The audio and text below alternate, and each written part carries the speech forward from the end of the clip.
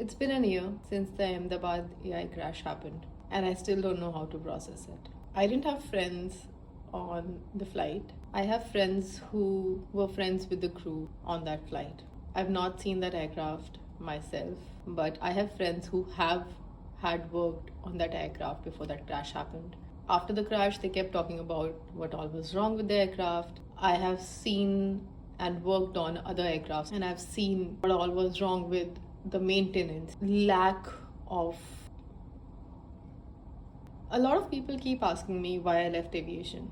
I left aviation just a couple months after that crash. It was my wake up call. Just a week before that crash, I had a flight, Delhi, Riyadh. We land in Riyadh, passengers deboard. Another boarding happens after the cleaning and everything was done. It was a turnaround flight. We were supposed to come back the same night from Riyadh. When we landed in Riyadh, there was a change of captains. Now, the set of captains that came on board, they were very senior. So this guy came on board and he did his checks and he came outside the cockpit and he's like, how did you guys get this aircraft? There were multiple defaults in the systems of that aircraft. For about 3 hours, we were on ground with all the passengers boarded. There were engineers coming in and out of the cockpit and we were completely confused. Finally, after about 3 hours, we pushed back. We went to the active taxiway and the defaults came back and we had to come back to the bay. This happened one more time. We were on ground for Riyadh for 8 hours after operating a Delhi Riyadh. It was a full service flight. During that 8 hours on ground, we did the whole service. We fed them. We answered all their questions, all their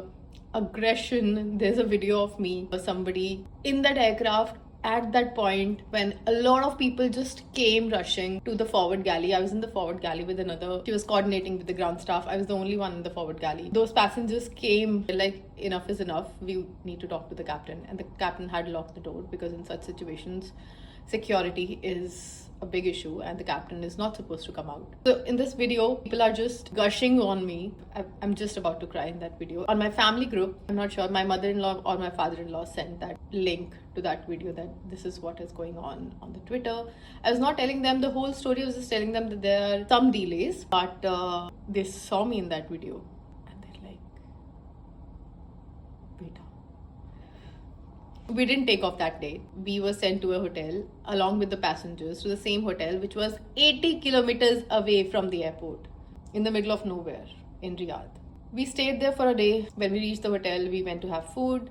It was breakfast time already. A lot of the same passengers who were on that flight, they were coming to us and they're like, ma'am, meri Varanasi ki connecting flight hai, would I be able to make it? And I was like, bro, I don't think so. I mean, the flight's not taking off. We're here. Connecting flight 4 घंटे में अभी से. There's no way we'll be able to reach. This was, by the way, 3 days before Eid. People from Riyadh were going to India to their families to celebrate Eid. Next day, we get a call that the flight is ready. They moved all the passengers before check-in time. They told us to come at 4. We reached the airport, we boarded the aircraft, we did the whole safety checks, we boarded the passengers, we did the on-ground services, everything. The set of captains was different this time. The defaults came again. We went to the taxi bay, we couldn't take off. We came back, opened the doors again. Engineers came, going in and out of the cockpit. Another 4 hours on the ground. We couldn't take off. We were sent back to the same hotel. Second day, 80 kilometers away. We're not being paid for this, by the way. Cabin crew, they're not paid until the flight takes off. They're only paid for the time between when the aircraft takes off and lands, touches the ground and the chocks are on the wheels. The wheels are no more moving. So it's called chocks off to chocks on. This is what we are paid for. We went to the hotel. Now, we were not prepared for a 3-day layover. All of my crew members, including me, we didn't have enough clothes. Some didn't even have, toiletries. We asked the hotel staff. They told us that there's a mall very nearby. We walked about 15 minutes. We reached the mall. We got everything that we needed, some munchies. Some people also got some slippers, all of those things. It was not a very pleasant experience because it was a very remote part of Riyadh. And we were all girls. We had one guy with us, one male crew. Day number 3. Now, when we were having breakfast on 3rd day in the morning, we see 2 engineers coming. They came, they spoke to us, they told us that we've gotten another aircraft with a fresh set of crew and fresh set of captains. So we were happy that maybe we don't have to go on the same aircraft again. Maybe we also don't have to operate, because we all were exhausted. Our families were worried, we were worried, we just wanted to go back home. But that didn't happen. We did operate on the same aircraft. The aircraft that engineers got, only the pilots went back on that aircraft. We were hoping that we'll go on the same, on the aircraft that engineers got.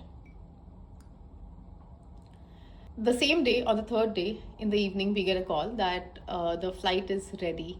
Because a lot of people from day one, a lot of passengers have taken other flights. The company was not giving them any other option, any other alternate. They were not booking alternate flight for them. They just gave them hotel accommodation. So a lot of people, because they wanted to go back home, reach home in time for Eid, they booked their own flights. So a lot of seats on that flight now were empty. So the airline opened the bookings for the flight that was supposed to go on the third day for the aircraft that we still don't know if it's going to take off.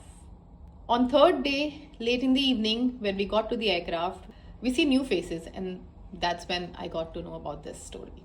Now this time, the engineers told us again that the aircraft is okay, is good to go. There were some defaults. They are completely cleared now.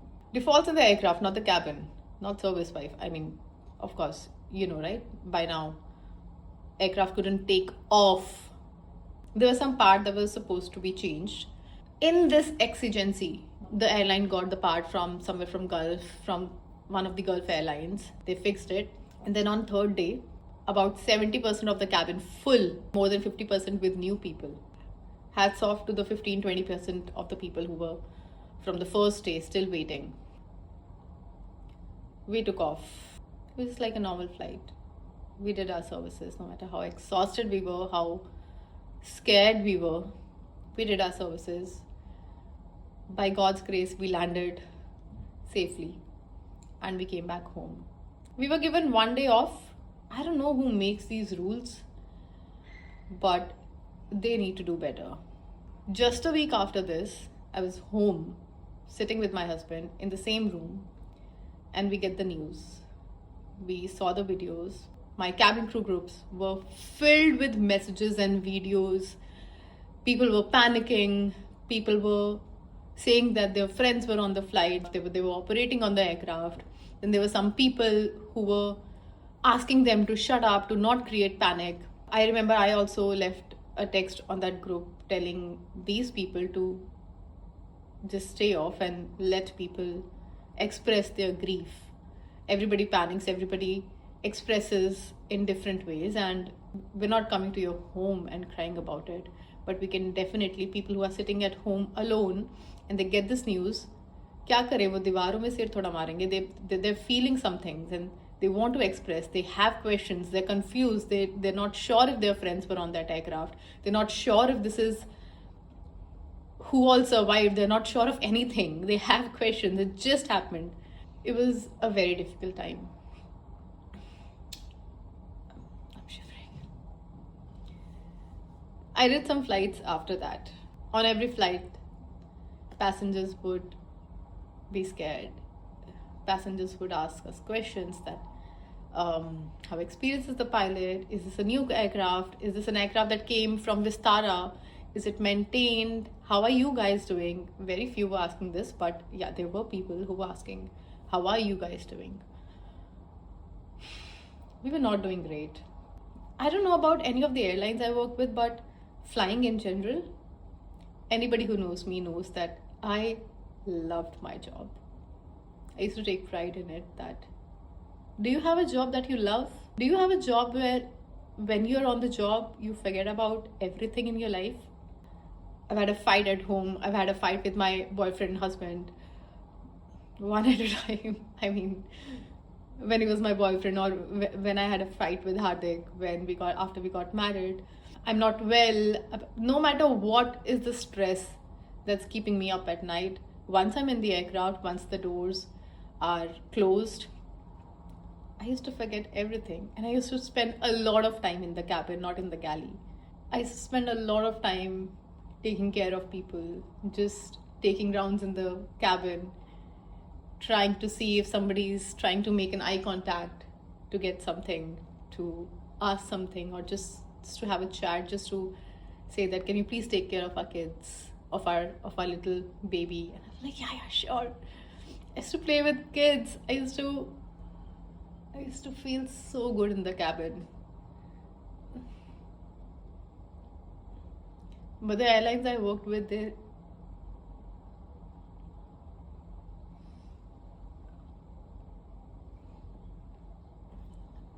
killed my love for it. And it's been a year, and we're all still trying to recover. I think that's enough.